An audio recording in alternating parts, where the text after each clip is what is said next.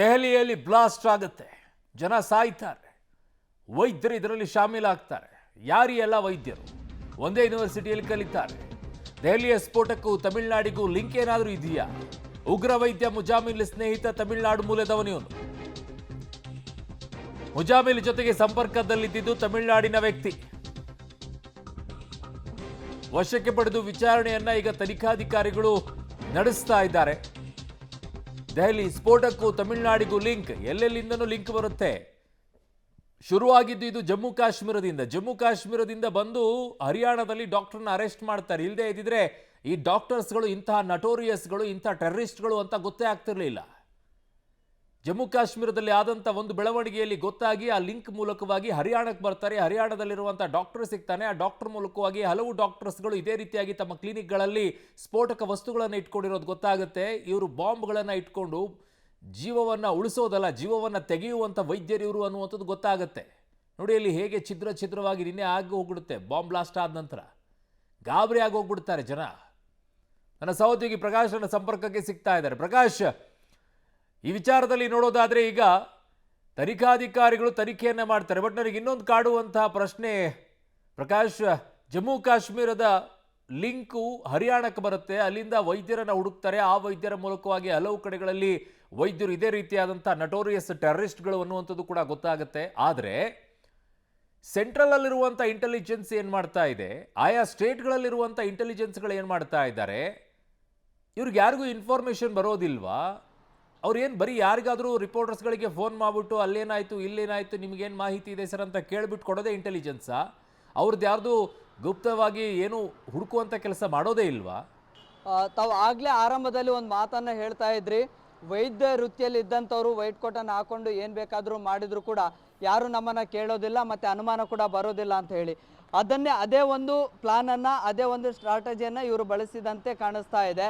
So ವೈದ್ಯ ವೃತ್ತಿಯಲ್ಲಿ ಇದ್ದುಕೊಂಡು ಇವರೆಲ್ಲರೂ ಕೂಡ ನೋಡಿ, ಡಾಕ್ಟರ್ ಆದಿಲ್ ಆಗಿರ್ಬೋದು, ಮುಜಾಮಿಲ್ ಆಗಿರ್ಬೋದು, ಶಾಹಿದ್ ಕೂಡ ಆಗಿರ್ಬೋದು, ಇವರೆಲ್ಲರೂ ಕೂಡ ಬೇರೆ ಬೇರೆ ರಾಜ್ಯದವರು, ಹರಿಯಾಣದವರು, ಉತ್ತರ ಪ್ರದೇಶದವರು ಮತ್ತು ಬೇರೆ ಬೇರೆ ರಾಜ್ಯದವರು. ಸೊ ಇವರು ಒಬ್ರಿಗೊಬ್ರು ಇಲ್ಲಿ ಮೆಡಿಕಲ್ ಕಾಲೇಜ್ಗಳಲ್ಲಿ ರಿಸರ್ಚ್ ಮಾಡುವಂಥ ಸಂದರ್ಭದಲ್ಲಿ ಅಥವಾ ಕೆಲಸ ಮಾಡುವಂಥ ಸಂದರ್ಭದಲ್ಲಿ ಪರಿಚಯ ಆಗಿದ್ರು. ಅಲ್ಲಿಂದ ಇವರು ನೆಟ್ವರ್ಕನ್ನು ಬೆಳೆಸ್ಕೊಂಡು ಬರ್ತಾರೆ. ಸೊ ಇದು ಹೇಗೆ ಅಂದರೆ ಆ ಒಂದು ವಿವಿಗಳಿಗೆ ಕಲಿಯೋದಕ್ಕೆ ಅಂತ ಬೇರೆ ಬೇರೆ ರಾಜ್ಯಗಳಿಂದ ಸ್ಟೂಡೆಂಟ್ಸ್ಗಳು ಕೂಡ ಬರ್ತಾರೆ. ಸೊ ಆ ಸಂದರ್ಭದಲ್ಲಿ ಆ ಸ್ಟೂಡೆಂಟ್ಸ್ಗಳ ಸಂಪರ್ಕ ಕೂಡ ಇವ್ರಿಗೆ ಆಗುತ್ತೆ. ಸೊ ಈ ಒಂದು ಉಗ್ರವಾದದ ಕೃತ್ಯಗಳಿಗೆ ಈ ಒಂದು ವಿದ್ಯಾರ್ಥಿಗಳನ್ನು ಕೂಡ ಬಳಸ್ಕೊಳ್ಳೋದಕ್ಕೆ ಮತ್ತು ಅವರಿಂದ ಸಹಾಯವನ್ನು ಪಡೆಯೋದಕ್ಕೆ ಕೂಡ ಈ ಒಂದು ಟೀಮ್ ವರ್ಕನ್ನು ಮಾಡುತ್ತೆ. ಸೊ ಈ ವೈದ್ಯರು ಡಾಕ್ಟರ್ ಮುಜಾಮಿಲ್ ಆಗಿರ್ಬೋದು, ಡಾಕ್ಟರ್ ಆದಿಲ್ ಆಗಿರ್ಬೋದು ಮತ್ತು ಡಾಕ್ಟರ್ ಉಮರ್, ಆತನ ಸ್ನೇಹಿತ ಸಜ್ಜದ್ ಅಹಮದ್ ಕೂಡ ಅಷ್ಟೇ, ಈ ಒಂದು ಜಮ್ಮು ಕಾಶ್ಮೀರದ ಪ್ರದೇಶಗಳಲ್ಲಿ ಅಲ್ಲಿನ ಯುವಕ ಯುವತಿಯರಿಗನ್ನ ಈ ಒಂದು ಭಯೋತ್ಪಾದಕ ಕೃತ್ಯಗಳಿಗೆ ಭಾಗಿಯಾಗುವಂತೆ ಬೋಧನೆಯನ್ನು ಕೊಡುವಂಥದ್ದು, ಅವರ ಮಾನಸಿಕವಾಗಿ ಆ ಒಂದು ಭಯೋತ್ಪಾದನಾ ಬೋಧನೆಯನ್ನು ಮಾಡುವಂಥದ್ದು ಅದೆಲ್ಲವೂ ಕೂಡ ಆಗ್ತಾ ಇತ್ತು. ಸೊ ಆ ಕಾರಣಕ್ಕಾಗಿ ಇವರನ್ನು ಅಂದರೆ ವೈದ್ಯ ವೃತ್ತಿಯಲ್ಲಿ ಇವರು ಅಂದರೆ ಜನರ ಜೀವವನ್ನು ಉಳಿಸುವಂಥವ್ರು, ಜೀವವನ್ನು ತೆಗೆಯುವಂಥ ಮನಸ್ಥಿತಿಯವರು ಅಲ್ಲ ಅನ್ನುವಂಥ ಒಂದೇ ಒಂದು ಪರ್ಸೆಂಟೇಜ್ ಕೂಡ ಅನುಮಾನಗಳು ಬರೋದಿಲ್ಲ. ಸೊ ವೈದ್ಯ ವೃತ್ತಿಯನ್ನು ಮಾಡ್ತಾನೆ, ಪ್ರತಿನಿತ್ಯ ಜನರ ಸೇವೆಯನ್ನು ಮಾಡ್ತಾನೆ, ಈ ರೀತಿ ಮತ್ತೊಂದು ಭಾಗದಲ್ಲಿ ಜನರ ರಕ್ತವನ್ನು ತೆಗೆಯುವಂಥ ಕೆಲಸವನ್ನು ಆ ಒಂದು ಪ್ಲಾನನ್ನು ಮಾಡ್ತಾಯಿದ್ರು. ಸೊ ಹೀಗಾಗಿ ಬಹುಶಃ ಅದರ ಬಗ್ಗೆ ಅಥವಾ ಇವರು ವಿಧ್ವಂಸಕ ಕೃತ್ಯದಲ್ಲಿ ಭಾಗಿಯಾಗ್ತಾರೆ, ಇವರ ನಡವಳಿಕೆಗಳು ಹೀಗಿದೆ, ಇವರು ತುಂಬ ಟೆರರ್ ಆ್ಯಕ್ಟಿವಿಸ್ಟ್ಗಳಾಗಿ ಇಲ್ಲಿ ವರ್ತನೆ ಮಾಡ್ತಾರೆ ಅಥವಾ ಅದರ ನೆಟ್ವರ್ಕ್ ಇದೆ ಅನ್ನುವಂಥ ಸಣ್ಣ ಅನುಮಾನಗಳು ಕೂಡ ಇರಲಿಲ್ಲ. ಸೊ ಅಲ್ಲೇ ಲೋಕಲಲ್ಲಿ ಒಂದಿಷ್ಟು ಕ್ಲಿನಿಕ್ಗಳಲ್ಲಿ ಅವರ ಮ್ಯೂಚುವಲ್ ಕಾಂಟ್ಯಾಕ್ಟ್ಸಲ್ಲಿ ಬರುವಂತಹ ವೈದ್ಯರು ಇದ್ದರು. ಸೊ ಅವರ ಸಹಾಯವನ್ನು ಕೂಡ ಪಡೆದಿದ್ದಾರೆ ಅನ್ನುವಂಥ ಮಾಹಿತಿ ಕೂಡ ಲಭ್ಯವಾಗಿದೆ.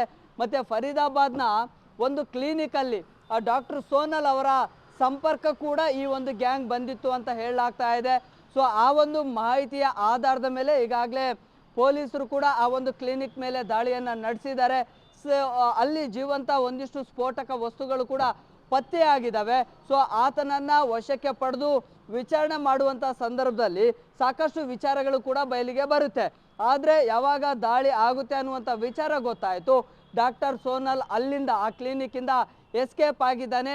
ಆತನ ಚಹರೆಗಳನ್ನು ಮತ್ತು ಆತನ ಎಲ್ಲಿ ಹೋಗಿದ್ದಾನೆ ಅನ್ನೋಂಥದ್ರ ಬಗ್ಗೆ ಕೂಡ ಒಂದಿಷ್ಟು ಮಾಹಿತಿಗಳನ್ನು ಕಲೆ ಹಾಕಲಾಗ್ತಾ ಇದೆ.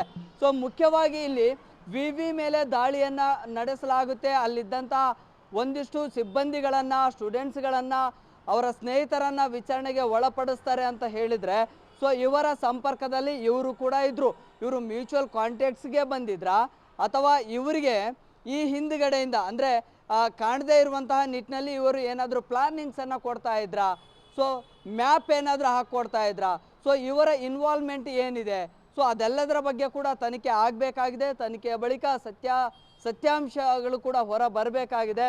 ನೋಡಿ, ಈ ಒಂದು ಮಸೀದಿಗೆ ಬರುವಂತಹ ಸಂದರ್ಭದಲ್ಲಿ ಕೂಡ ಆತ ಅಲ್ಲಿದ್ದಂಥ ಒಂದಿಷ್ಟು ಜನರನ್ನ ಡಾಕ್ಟರ್ ಮುಜಾಮಿಲ್ ಮಾತನಾಡಿಸ್ತಾನೆ. ಒಂದಿಷ್ಟು ವಿಚಾರಗಳ ಬಗ್ಗೆ ಅಲ್ಲಿ ಪ್ರಸ್ತಾಪವನ್ನು ಮಾಡ್ತಾರೆ. ಕೆಲವೊಂದು ವಿಚಾರಗಳ ಬಗ್ಗೆ ಮಾಹಿತಿಯನ್ನು ಪಡೆದುಕೊಳ್ತಾನೆ ಆ ಮಸೀದಿಗೆ ಬರುವಂಥವರಿಂದ.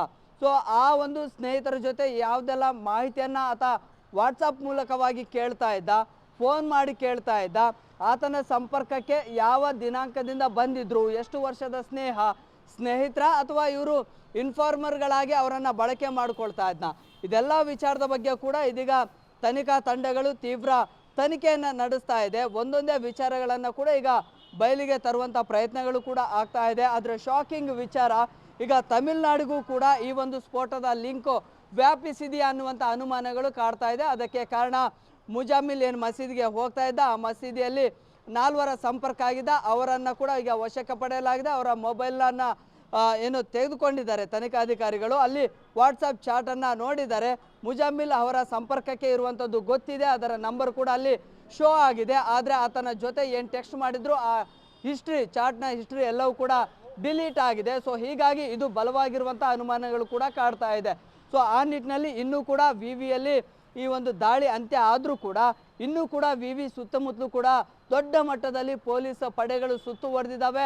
ಎಲ್ಲ ಆಯಾಮಗಳಲ್ಲಿ ಅಲ್ಲಿಂದ ಯಾರು ಕೂಡ ಹೊರಗಡೆ ಹೋಗದೇ ಇರುವಂಥ ನಿಟ್ಟಿನಲ್ಲಿ ಅಬ್ಸರ್ವೇಷನ್ ಆಗ್ತಾ ಇದೆ, ನಿಗಾ ವಹಿಸ್ತಾ ಇದ್ದಾರೆ. ಯಾರೆಲ್ಲ ಮೇಲೆ ಅನುಮಾನಗಳಿದ್ದಾವೆ ಅವರನ್ನು ನೇರವಾಗಿ ತನಿಖೆಗೆ ಒಳಪಡಿಸುವಂಥ ಕೆಲಸಗಳು ಕೂಡ ಆಗ್ತಾ ಇದೆ. ಅರುಣ್ ಬಡಿಗೇರ್.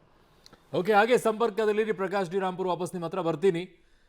ಆಗ್ತಾ ಇರುವಂತ ಬೆಳವಣಿಗೆಗಳನ್ನ ನೋಡ್ತಾ ಇದ್ರೆ ಇದು ಎಲ್ಲಿಗೆ ಹೋಗಿ ಮುಟ್ಟುತ್ತೆ ಅಂತ ಗೊತ್ತಿಲ್ಲ. ದೆಹಲಿ ಸ್ಫೋಟದ ಬಗ್ಗೆ ಈಗ ತನಿಖೆ ಮುಂದುವರೆದಿದೆ.